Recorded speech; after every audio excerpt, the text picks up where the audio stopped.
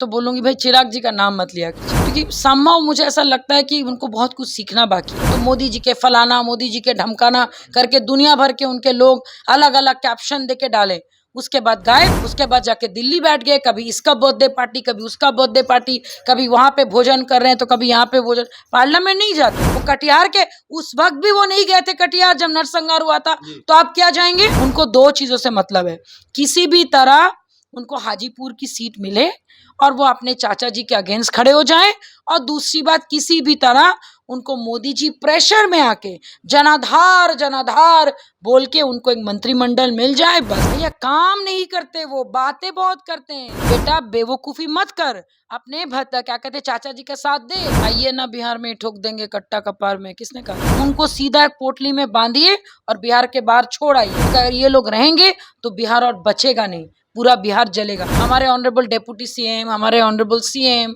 और अभी अचानक से लालू जी भी फिर से कूद के आ गए। बयानबाजी बीच बीच में करते रहते हैं। कोई फ्रीडम फाइटर तो वो है नहीं, वो गरीबों का मसीहा कितना है वो सबको पता है। जिस ढंग से वो बस मेरे लिए उतने ही है, वो उससे ज्यादा नहीं है। डेवलपमेंट के बारे में सोचे ना कि भाई वो इस कास्ट से है, वो उस कास्ट से है, दलित है तो महादलित है, तो पिछड़ा है, अति पिछड़ा है, ब्राह्मण है, भूमियार है। लोगों को मार रहे हो, बलात्कार कर रहे हो, लाठी मार दे रहे हो, गंदी गंदी गालियां दे रहे हो। चल क्या रहा है भाई बिहार में? हम लोग भागने वालों में से नहीं है, डट के सामना करेंगे और उनको भगाएंगे। इस बार सीधा महागठबंधन भगाओ अभियान अभी चलाना पड़ेगा, नहीं तो कल किसके घर में कब गोलियां चल जाएंगी आपको क्या पता। तो अभी ये महागठबंधन की सरकार की समझ लीजिए 100 पाप पूरे होने के दिन आ गए। नमस्कार, मैं प्रिंस कुशवाहा, बिहार टॉक देख रहे हैं। देखिए, कटिहार में जिस तरह से किसानों के ऊपर गोली चली, पुलिस के द्वारा चलाया गया, उसमें 2 व्यक्ति की मृत्यु हो गई है, जबकि एक गंभीर रूप से घायल है। और बिहार सरकार के मंत्री से जब पूछा गया इस मामले पे कि क्या कुछ लगता है इस तरह से गोली चलनी चाहिए बिहार में, क्योंकि उससे पहले की भी पुलिस की प्रक्रिया होती है लाठीचार्ज करना या वाटर कैनन का इस्तेमाल करना, तो उन्होंने कहा कि जो बदमाशी करेगा उस पर गोली चलेगी ही। इस पर बात करने के लिए हमारे साथ राष्ट्रीय लोक जनशक्ति पार्टी के राष्ट्रीय प्रवक्ता देवजानी मित्रा जी हैं। क्या लग रहा है, बिहार में अगर आंदोलन करिएगा तो गोली चलेगा? आइए ना बिहार में ठोक देंगे कट्टा कपार में, किसने कहा था? मूवी तो बनी है ना इस पे, तो सोचिए वही चीज फिर से हो रहा है। और लाठी चार्ज पे, अगर बदमाशी पे लाठी चार्ज होगा और जो बदमाशी कराएगा उसको बिहार से निकाल दिया जाएगा।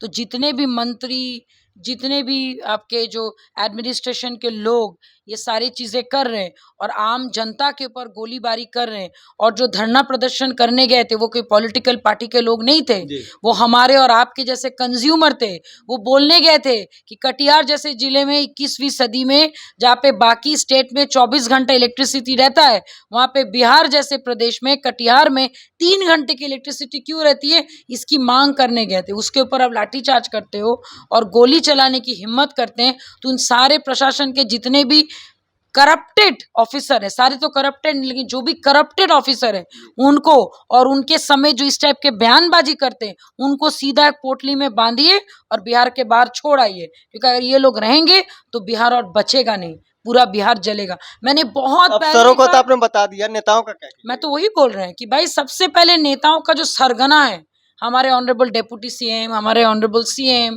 और अभी अचानक से लालू जी भी फिर से कूद के आ गए। बयानबाजी बीच बीच में करते रहते हैं। कोई फ्रीडम फाइटर तो वो है नहीं, वो गरीबों का मसीहा कितना है वो सबको पता है। जो अपने परिवार के अंदर ही सीएम की कुर्सी घुमाते रहते, उनके लिए सम्मान उनका होगा, मेरा बस सम्मान इतना ही उनके लिए कि उनका जो बातचीत है वो बड़ा पॉपुलर होता है। जिस ढंग से वो बस मेरे लिए उतने ही है, वो उससे ज्यादा नहीं है। कि अगर वो ग्रेट लीडर होते, अगर इस चीज को रोक पाते, तो इन टाइप के जितने भी नेताओं का जो लीडर है और उनके साथ देने वाले जितने लोग हैं, उनको एक छोटा सा गांव दे दिया जाए और उस गांव में किसी का आना जाना, वो आपस में लड़े, आपस में रहे, आपस में मंत्री खेले, आपस में सीएम खेले, तभी हमारे बिहार का भला हो सकता है। और डेवलपमेंट के बारे में सोचे ना कि भाई वो इस कास्ट से है, वो उस कास्ट से है, दलित है तो महादलित है, तो पिछड़ा है, अति पिछड़ा है, ब्राह्मण है, भूमियार है। बिहार से जैसे ही बाहर स्टेप रखिएगा ना प्रिंस, कोई पूछेगा नहीं आपकी जाति क्या है, लेकिन लोग जरूर पूछेगा कि आपका स्किल्स क्या है, कितने पढ़े लिखे हो, क्या जानते हो, क्या काबिलियत है। ये दिस इज द रियलिटी। ये रियलिटी चेक सबके लिए बहुत जरूरी है।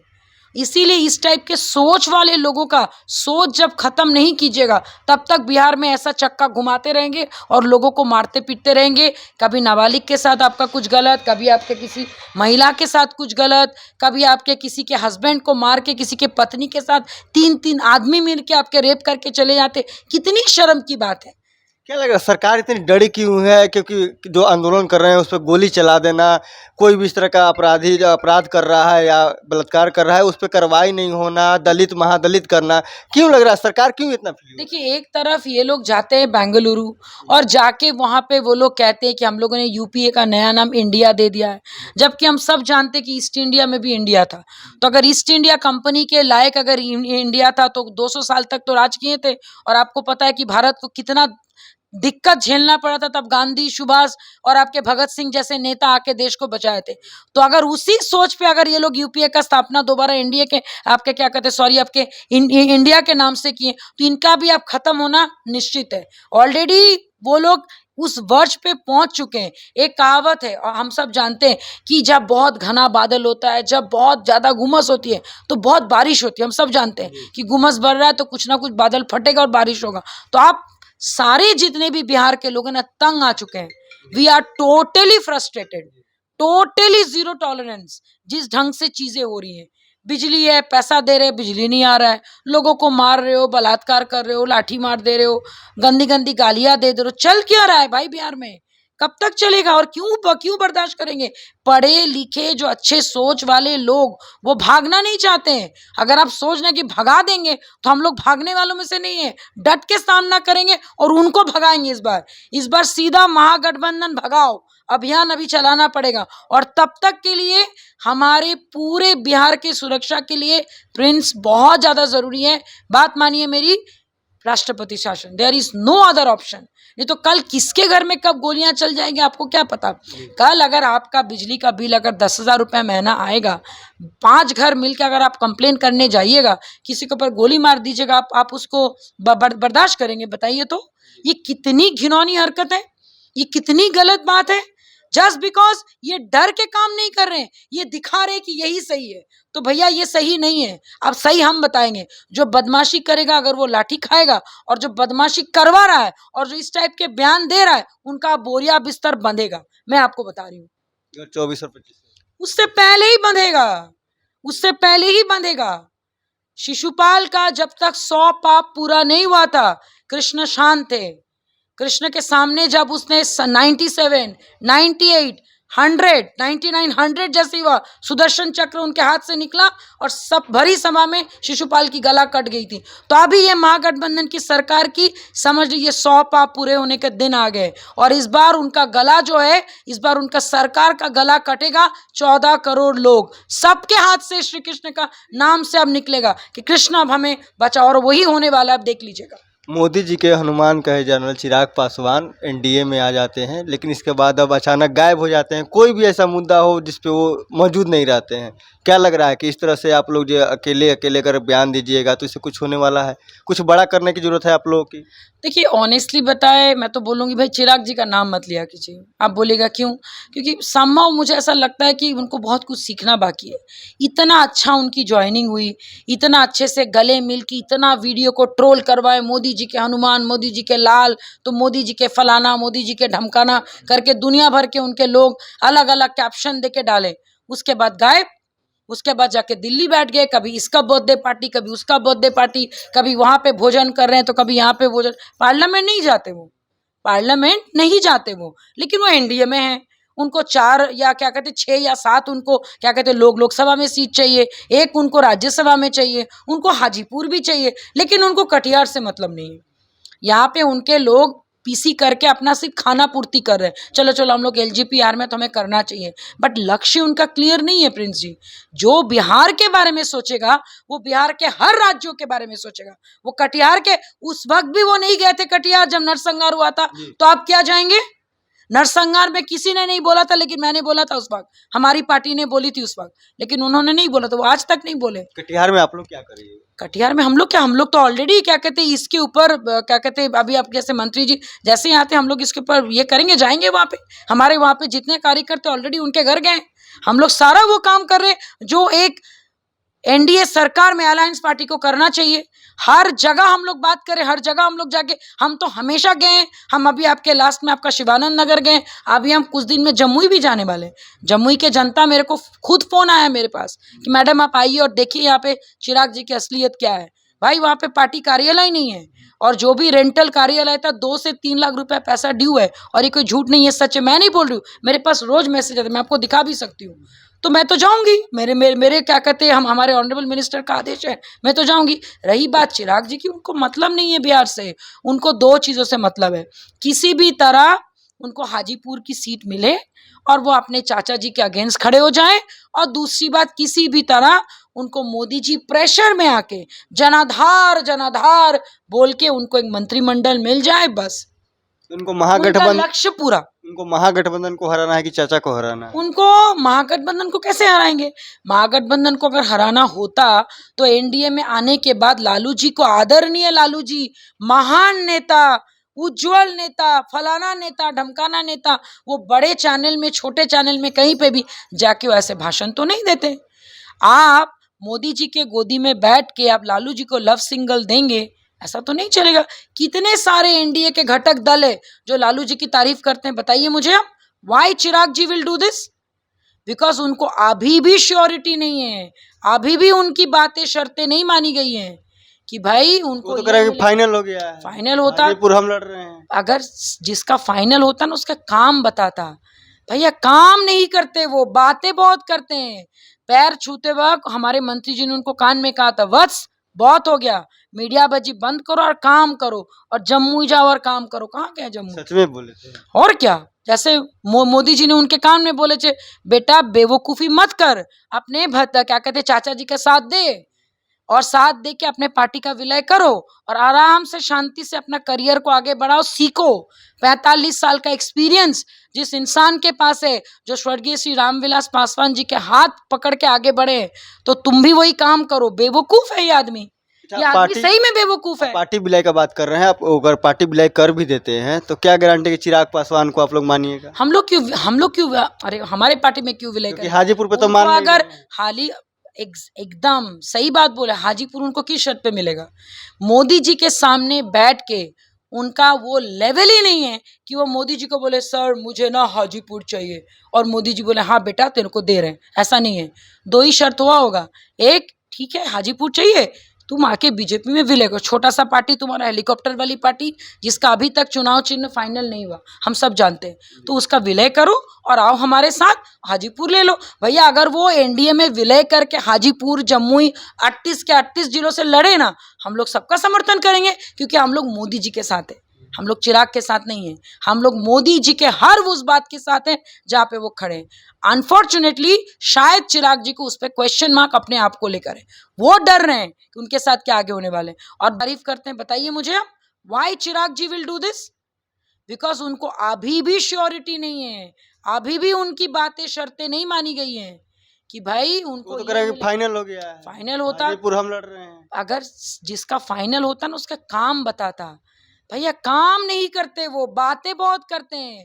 पैर छूते वक्त हमारे मंत्री जी ने उनको कान में कहा था, वत्स बहुत हो गया, मीडिया बाजी बंद करो और काम करो, और जम्मू जाओ और काम करो। कहाँ गए जम्मू? सच में बोले थे। और क्या, जैसे मोदी जी ने उनके कान में बोले थे, बेटा बेवकूफी मत कर, अपने क्या कहते चाचा जी का साथ दे, और साथ दे के अपने पार्टी का विलय करो, और आराम से शांति से अपना करियर को आगे बढ़ाओ, सीखो। 45 साल का एक्सपीरियंस जिस इंसान के पास है, जो स्वर्गीय श्री रामविलास पासवान जी के हाथ पकड़ के आगे बढ़े, तो तुम भी वही काम करो। बेवकूफ है ये आदमी, ये आदमी सही में बेवकूफ है। पार्टी विलय का बात कर रहे हैं आप, अगर पार्टी विलय कर भी देते हैं तो क्या गारंटी कि चिराग पासवान को आप लोग मानिएगा? हम लोग क्यों, अरे हमारे पार्टी में क्यों विलय करें? हाजीपुर पे तो मान नहीं अगर रहे हैं। हाली एकदम सही बात बोले, हाजीपुर उनको किस शर्त पे मिलेगा?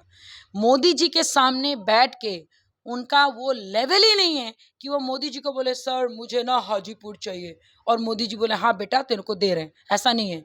2 ही शर्त हुआ होगा, एक, ठीक है हाजीपुर चाहिए, तुम आके बीजेपी में विलय करो। छोटा सा पार्टी तुम्हारा, हेलीकॉप्टर वाली पार्टी, जिसका अभी तक चुनाव चिन्ह फाइनल नहीं हुआ, हम सब जानते हैं, तो उसका विलय करो और आओ हमारे साथ, हाजीपुर ले लो। भैया अगर वो एनडीए में विलय करके हाजीपुर, जमुई 38 के 38 जिलों से लड़े ना, हम लोग सबका समर्थन करेंगे, क्योंकि हम लोग मोदी जी के साथ हैं, हम लोग चिराग के साथ नहीं है। हम लोग मोदी जी के हर उस बात के साथ हैं जहाँ पे वो खड़े हैं।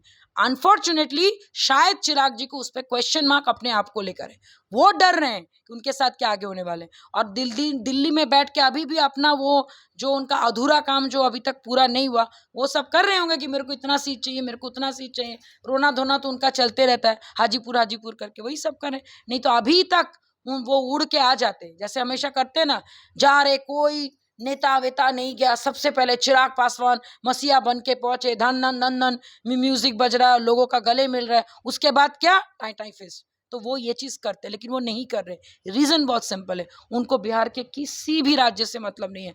जिस राज्य से उनके पिताजी पैदा हुए हैं, हाजी क्या नाम है उसका, शहर बन्नी, ना वहां से मतलब है, ना उनको खगड़िया से मतलब है, ना उनको जमुई से मतलब है, ना उनको कटिहार से मतलब है, ना उनको बेगूसराय से मतलब है, ना उनको दरभंगा में अभी जो आपके नाबालिग के साथ जो बलात्कार हुआ उससे मतलब, उनको सिर्फ मतलब है हाजीपुर से।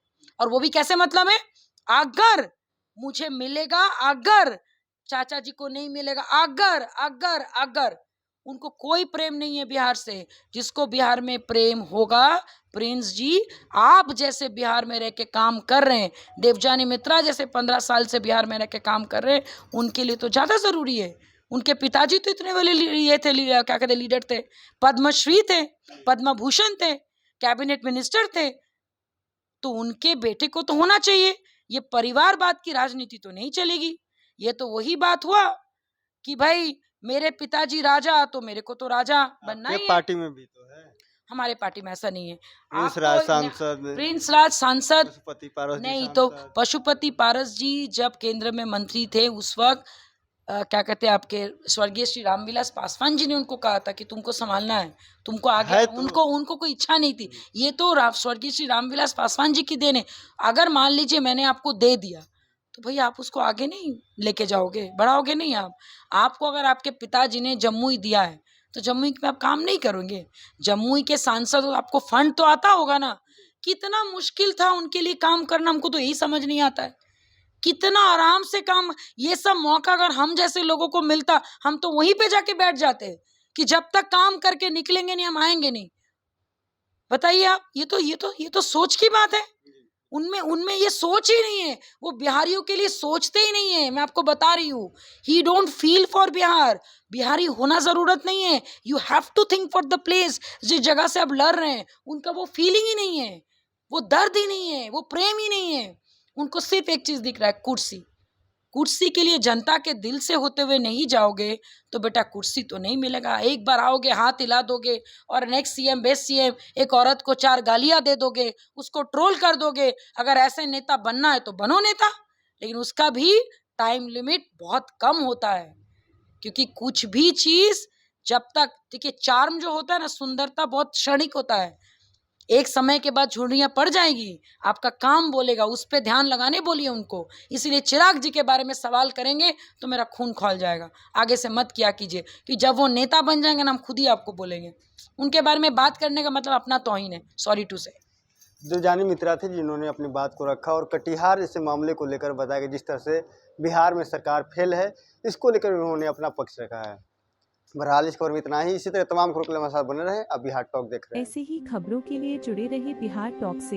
यूट्यूब पर लाइक और सब्सक्राइब करें, बेल आइकन जरूर दबाएं। फेसबुक, ट्विटर और इंस्टा पर फॉलो करें। धन्यवाद।